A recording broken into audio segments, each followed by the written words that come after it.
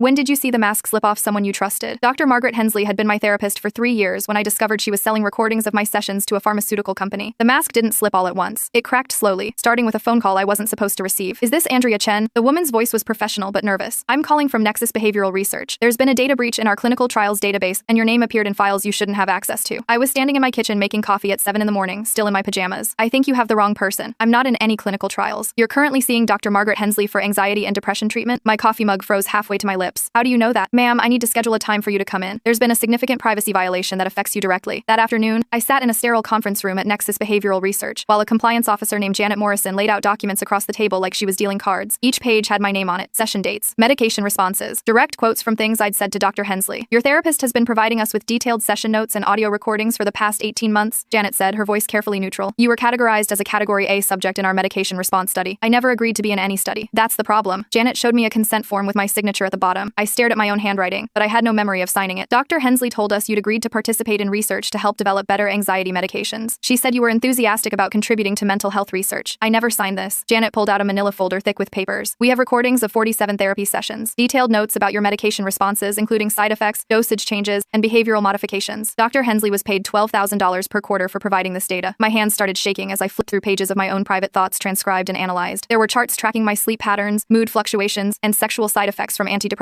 Things I'd told Margaret in confidence, believing in doctor-patient privilege. How is this legal? It's not, Janet said quietly. That's why I'm calling everyone affected. Our legal department is preparing for significant liability exposure. I drove straight from Nexus to Dr. Hensley's office in downtown Portland, my mind racing through 3 years of therapy sessions. Had she been recording everything? Had she been studying me like a lab rat while I cried about my divorce, my job stress, my relationship with my teenage daughter? Margaret's receptionist, Linda, smiled at me like always. Andrea, you're not scheduled until Thursday. I need to see Dr. Hensley immediately. She's with a patient right now. Can I schedule you for later this week? Tell her Andrea Chen is here about the Nexus research study. Linda's smile faltered. She picked up her phone and whispered into it, then looked back at me with confusion. She says she can see you in 10 minutes. I sat in the familiar waiting room, looking at the inspirational posters and plants I'd stared at for 3 years. The same magazines on the coffee table, the same box of tissues on every end table. How much of this whole setup was designed to make me comfortable enough to reveal exploitable information? When Margaret's office door opened, her current patient walked out looking drained. A middle-aged man I'd seen in the waiting room before. Was he part of the study too? Andrea, come in. Margaret's voice was steady, but I noticed she didn't make eye contact. I understand you've been contacted by someone from Nexus. I sat in my usual chair across from her desk. Were you recording our sessions? There's been a misunderstanding about the research protocol. That's not what I asked. Margaret adjusted her glasses, a nervous gesture I'd never seen before. The research was designed to help develop better treatment protocols for patients with similar presentations to yours. You recorded me without my consent. You signed a consent form in our third session. I have no memory of that. You were experiencing significant anxiety at the time. You may not remember everything we discussed. I felt my chest tightening with the familiar sensation of a panic attack, but this time the anxiety had a focus. Show me the recordings. I can't do that. Patient confidentiality. Patient confidentiality? I stood up, my voice getting louder. You sold my private sessions to a drug company. Please sit down. Let me explain the therapeutic value. No. I headed for the door. I'm reporting this to the state licensing board. Andrea, wait. If you file a complaint, it could damage your treatment progress. We've made so much progress together. I turned back to look at her. In that moment, I saw something in her expression I'd never noticed before. Not concern for my well-being, but calculation. Like she was deciding which manipulation would be most effective. You've been studying me, not treating me. That evening, I called the Oregon Health Authority's licensing division and filed a formal complaint against Dr. Margaret Hensley. The intake specialist, Kevin Ruiz, took detailed notes as I described the unauthorized recordings and research participation. This is a serious allegation, he said. We'll need to investigate, which means interviewing you, reviewing records, and examining the research protocols. Are you prepared for that process? What does it involve? Depositions under oath, potentially testifying at a hearing. Your therapy records will become evidence, which means they won't be confidential anymore. The irony was bitter. To prove my confidentiality had been violated, I'd have to give up what little privacy remained. The next morning, I started making phone calls. First to a medical malpractice attorney named David Kellerman who specialized in mental health cases, then to my insurance company to report fraudulent billing, then to my primary care doctor to request my complete medical records. David's office was in a glass tower downtown, all modern furniture and floor-to-ceiling windows. He reviewed the Nexus documents while I sat across from his mahogany desk, feeling like I was in a movie about corporate corruption. This is worse than standard malpractice, he said after reading through everything. This is systematic exploitation of vulnerable patients for profit. We're looking at violations of informed consent, breach of fiduciary duty, and potentially HIPAA violations. How many other patients were involved? Based on these documents, at least 37 people over the past 2 years. Nexus has been paying Dr. Hensley nearly $50,000 annually for patient data. David explained the legal process ahead of us. Civil lawsuit against both Hensley and Nexus. Class action certification if we could locate other affected patients. Potentially criminal referrals to the district attorney's office for fraud. What's the timeline? 18 months minimum. Possibly 3 years if it goes to trial. 3 years of reliving the violation. 3 years of depositions and hearings and expert witnesses analyzing my mental health. 3 years of having my private pain dissected in court documents. But I thought about the middle-aged man I'd seen leaving her office. About the other 36 people whose trust had been weaponized against them. Let's do it. That afternoon, I drove to my daughter Emma's high school to pick her up early. She was 17 and perpetually annoyed with me, but she could sense something was wrong when she got in the car. Mom, you look terrible. What happened? I need to tell you something about Dr. Hensley. I explained the situation as carefully as I could, leaving out the details about what I discussed in therapy, but explaining explaining that my privacy had been violated and that I'd be involved in legal proceedings. That's so messed up, Emma said, her usual teenage irritation replaced by genuine concern. What did you tell her about me? My stomach dropped. I'd talked about Emma constantly in therapy, her struggles in school, her relationship with her father after our divorce, my worries about her social anxiety and self-esteem issues. I mentioned you sometimes when we were discussing family dynamics. So some drug company has information about me too? I don't know yet. That night, Emma helped me go through my appointment calendar from the past 18 months, identifying which sessions might have included discussions about her. We made a list of topics: her panic attacks during finals week, her breakup with her boyfriend, her college application stress. This is so weird, Emma said, looking at our notes. It's like that woman was studying our whole family. The investigation moved quickly once it started. Within a week, Kevin from the licensing board called to schedule my formal interview. Within 2 weeks, David had filed our civil lawsuit. Within a month, the Portland Tribune ran a front-page story about the case under the headline, "Local Therapist Sold Patient Secrets to Drug Company." The article included quotes from 3 other affected patients who'd come forward after seeing our lawsuit filing. Each had a similar story: no memory of consenting to research, discovering their private sessions had been recorded and analyzed, feeling betrayed by someone they'd trusted with their deepest vulnerabilities. But the article also included a response from Dr. Hensley's attorney, claiming the research was legitimate and that all patients had provided proper consent. He suggested the patients were experiencing recovered memory syndrome and couldn't accurately recall what they'd agreed to during periods of mental distress. Reading that response felt like being kicked in the stomach. She was using our mental health issues against us, claiming we were too unstable to remember our own decisions. The next day, I received a certified letter from Margaret's legal team demanding I cease all defamatory statements about her professional conduct. The letter threatened to sue me for libel if I continued participating in media interviews or public discussions about the case. David laughed when I showed him the letter. Standard intimidation tactic. They're trying to silence you before more patients come forward. Can they do that? They can try, but you have a First Amendment right to discuss matters of public concern. And patient exploitation by healthcare providers is definitely a public concern. The licensing board investigation accelerated after the newspaper article. Kevin called me in for a 3-hour recorded interview where I had to describe in excruciating detail every aspect of my therapy relationship with Margaret. Walk me through how she typically began sessions, Kevin said, his digital recorder running on the table between us. She'd ask about my week, my mood, any changes in my medication, very routine questions. Did she ever mention recording equipment or research studies? Never. The only time she mentioned recording anything was when she said some therapists recorded sessions for their own notes, but that she preferred written notes. Kevin showed me a copy of the consent form with my signature.